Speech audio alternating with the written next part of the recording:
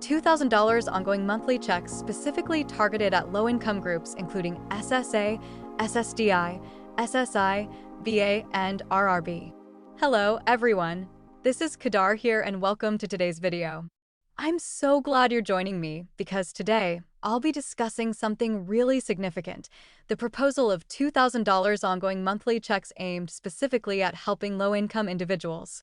Yes, that's right. This includes those of you on fixed incomes, Social Security retirement, disability benefits like SSDI, survivor benefits, spousal support, SSI, VA, and RRB. I have all the details right here, and I can't wait to break it down for you. Let's dive in. First, I want to say a huge thank you for liking and sharing this video. Those buttons are right below, and your support means so much to me. Your engagement here helps to spread the word and reach others who might benefit from this information. So, while you're down there, don't forget to hit subscribe if you haven't yet. It's totally free, and I'm here for you every single day, especially during this time when everything feels a little uncertain. Now, let's talk about this exciting announcement.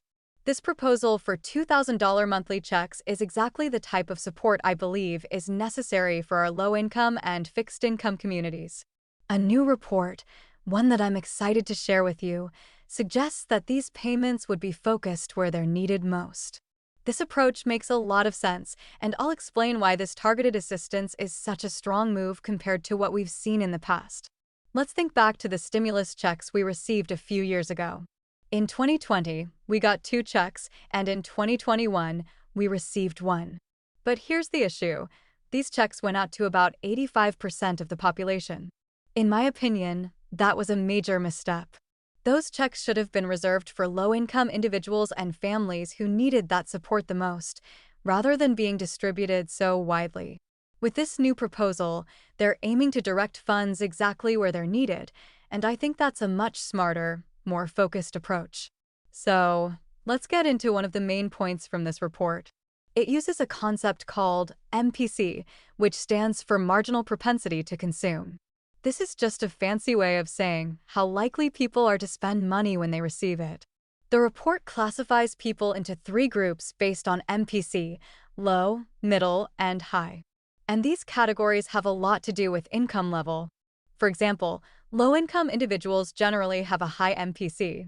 This means they're likely to spend almost all of the money they receive right away because they need it to cover basic necessities. Middle-income people tend to have a moderate MPC, meaning they'll spend some of it, but not all, maybe saving a portion. Lastly, high-income individuals usually have a low MPC. They're less likely to spend extra money quickly since their needs are already met. Now, why is this so important? The study shows that when low-income people receive $2,000, they typically spend 80% or more of it within 10 days. The remaining portion is usually spent within the next 30 days. In other words, this money is put directly back into the economy, helping both the individual and the community around them. This high MPC among low-income people is exactly what we want, because it shows that the funds are used immediately for essentials like food, housing, and healthcare. Let's compare this to those with middle MPCs. When middle-income people receive $2,000, they're more likely to spend about half and either save the other half or use it later. While this isn't necessarily a bad outcome, it doesn't stimulate the economy as quickly or as directly as it does for low-income individuals. It's just a middle-of-the-road effect, not as impactful. And finally, those with low MPC, typically higher-income individuals, don't tend to spend these funds at all or use them immediately. They may save the entire amount or invest it, which doesn't provide the immediate boost to the economy that direct spending does. This is why targeting low-income people for monthly payments is such a powerful strategy. It ensures that funds will circulate quickly, supporting both individuals and economic growth. So, why do I think this is such an important approach? This proposal, with its focus on low-income individuals, actually addresses the real needs of our community.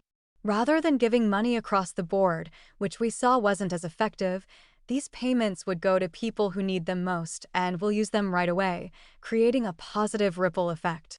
Now, I know some people may be skeptical and think that future stimulus checks won't happen again, but I believe otherwise. History shows us that stimulus payments have been issued repeatedly over the years, and it's likely we'll see similar measures in the future when the economy needs it. The key is to implement it in a way that makes the most sense, just like this report suggests. Now, let's get into the details of this report and why these monthly checks are such an important conversation.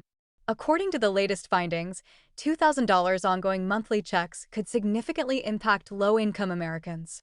These checks are designed to truly support those with the highest financial needs and to quickly boost economic spending. Let's talk about what that means. First off, the idea here is that focusing financial assistance on low-income individuals is a much better strategy than sending out blanket checks to everyone. In previous rounds of stimulus, checks went out to about 85% of the population. But here's the truth: while it sounded good in theory, it wasn't the best approach for truly stimulating the economy. Here's the deal with these targeted checks. Economists use something called MPC, or marginal propensity to consume. This term may sound complicated, but it's really about how quickly different people spend money. It turns out that people with lower incomes, those with a high MPC, tend to spend their money almost immediately. When given financial support, they're likely to spend 80% or more of it within the first 10 days. And that's a good thing, because the whole purpose of stimulus checks is exactly that: to stimulate the economy. Contrary to popular belief, the goal of stimulus checks isn't really about helping us out directly. It's about pushing money into the economy so it can start circulating quickly, helping businesses, creating jobs, and lifting up the overall economic health. So, here's the breakdown from this report. If low-income individuals were to receive $2,000 monthly, we'd see most of it being spent on essentials like rent, food, utilities, and other critical needs. This kind of spending gets the money flowing into the economy immediately, which is exactly what policymakers aim to achieve with stimulus payments. By contrast, sending large sums to high-income individuals, those with a low MPC, doesn't have the same effect. These individuals are more likely to save the money or invest it, which delays its impact on the economy. High-income earners spend much more slowly, if at all, and they hold onto the money, which can actually slow down the economic boost that stimulus checks are meant to create. So what's the takeaway here? The best way to use stimulus checks is to target low-income Americans, those who need it most and will spend it the fastest. This targeted approach could be incredibly beneficial in a future economic downturn or recession. Instead of sending checks to everyone, focusing on a smaller group, maybe 50 to 100 million people, those truly in need, can provide a much bigger economic return. In the event of another economic crisis, sending out ongoing monthly checks, specifically to low-income individuals, could make all the difference in stabilizing the economy. This new strategy doesn't just help individuals, it strengthens the entire economic system by creating a continuous flow of money through spending, which is exactly what stimulus checks are supposed to do. So, in short, if policymakers focus on issuing ongoing $2,000 monthly checks for a set period, targeted specifically at low-income households, it could be the most effective method for economic recovery. We're talking about a streamlined and efficient approach, putting financial power directly in the hands of those who will use it right away, which in turn keeps the economy moving forward. Now, you might think that these checks are just sent out to help us buy things we need or want. But believe it or not, there's a bigger picture at play here. So, why do they send stimulus checks? The primary purpose isn't necessarily to help us directly or out of kindness. The main reason is economic stimulation. They want us to go out and spend that money. The idea is that by putting money into our hands, we'll spend it on goods and services, which, in turn, drives the economy forward. This is why they're called stimulus checks. They're literally meant to stimulate the economy. Now, here's something interesting. Studies have shown that people with higher incomes who have a low marginal propensity to consume, or MPC, don't spend these checks as quickly, if at all. For example, if you give a high-income person a large amount like $22,000, chances are they're going to save it or spend it very slowly. This is the opposite of what the government wants for economic stimulus, because the whole point is to get money circulating in the economy quickly. On the other hand, when stimulus checks are sent to people with lower incomes who typically have a high MPC, it's a different story. These individuals are much more likely to spend that money right away on essentials like food, bills, and other necessary expenses. This is exactly what stimulates the economy fast.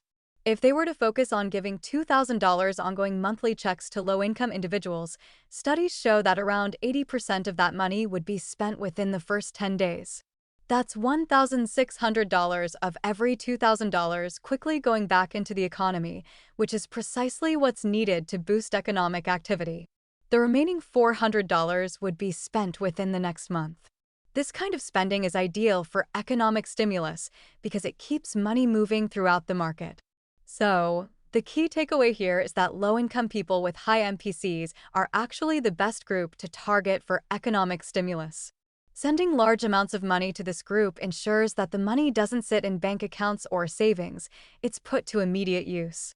This is why it's actually much more efficient to send out stimulus checks to a smaller, focused group of people who will spend it fast, rather than to a broad range of people who may not need the money as urgently.